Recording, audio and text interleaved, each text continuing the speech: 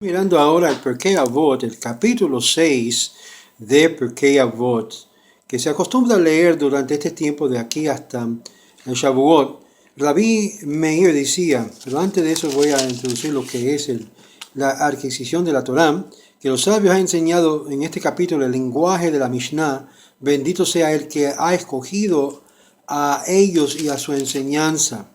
El Rabbi Meir decía, el que estudia la Torá de una manera desinteresada merece grandes recompensas. Además, el mundo entero le pertenece, le llaman el amado, pues él ama a Dios y a sus semejantes. Él alegra a Dios y a la humanidad. La Torá le viste de modestia y de respeto y le purifica, que se convierta en un hombre justo, piadoso, recto y fiel, y le aleja del pecado y la inicia de la virtud. La gente recurre a sus consejos y a su ayuda, a su discernimiento, a su fuerza, como está escrito en Proverbios el capítulo 8, verso 14, míos son los consejos que garantizan el éxito. Yo soy la inteligencia y la fuerza es mi atributo. El estudio de la Torá le confiere realeza y autoridad, le permite actuar con justicia. Los secretos profundos de la Torá le son revelados y se convierte en un manantial inagotable, en un río cuyo caudal aumenta de día en día.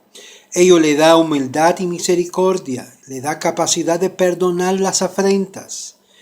Ella le engrandece y le eleva por encima por todas demás criaturas. Este último capítulo, que fue añadido posteriormente al tratado, está titulado como el capítulo de la adquisición de la Torá, Perek Kinyan HaTorá.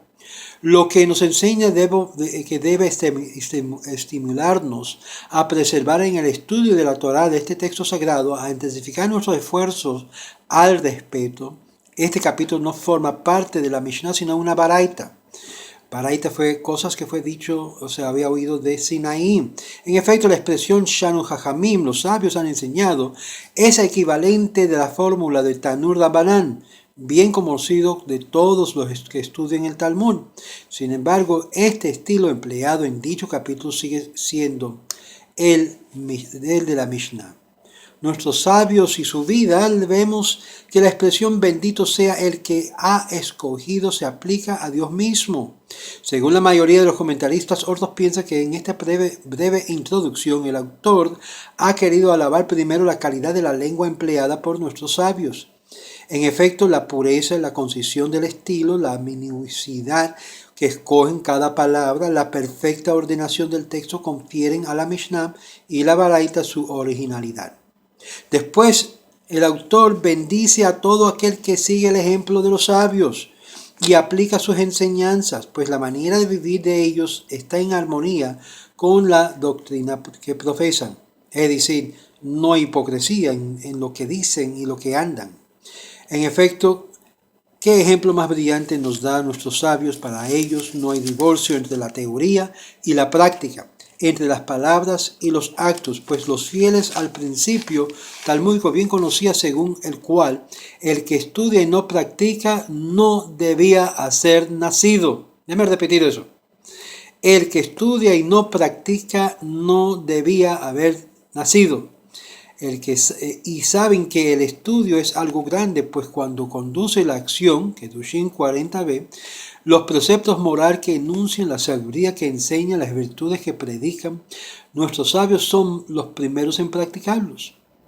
Así pues, el comentario de Salmo 15, tenemos en el tratado de Makot 24a, dice lo siguiente: el que actúa con justicia es Abba ben Hilkiya, el que dice la verdad con todo el corazón es Rav Safra, el que no acepta el regalo el que le hacen en perjuicio de un inocente es el rabino Ishmael ben Elisha.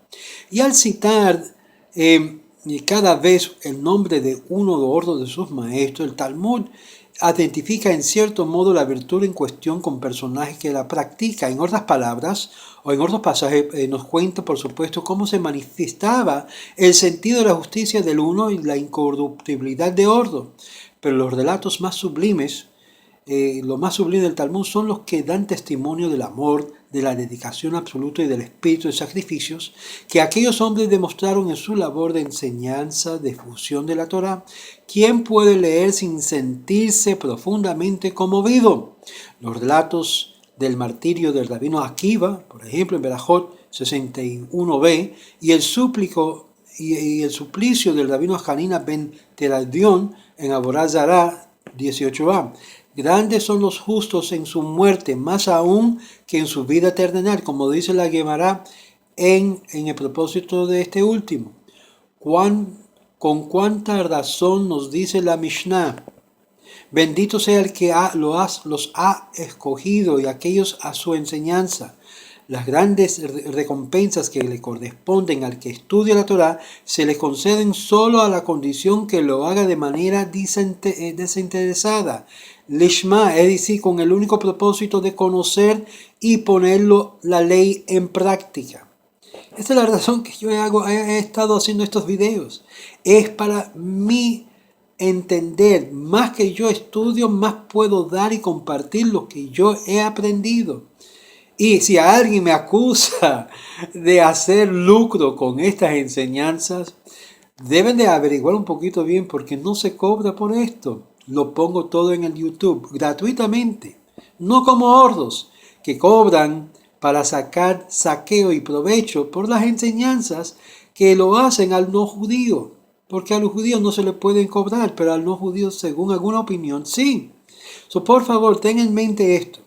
Deben recompensar a la persona que usted ha pedido que le enseñe, porque es tiempo de su tiempo que puede estar haciendo otras cosas. Si por el contrario estudia por lucirse, para conquistar honores o para adquirir algún beneficio material, no tendrá ningún derecho a ella. Sin embargo, ¿puede decirse acaso que sus esfuerzos carecen totalmente de mérito? Sobre este particular, los sabios difieren en opinión. Dios mediante, vamos a continuar sobre esa bendición divina que está presente cuando merece grandes recompensas. Vamos a ver eso en el próximo video. Este es el capítulo 6 de Pirkei Avot, ya terminando lo que es la serie. Shalom, shalom.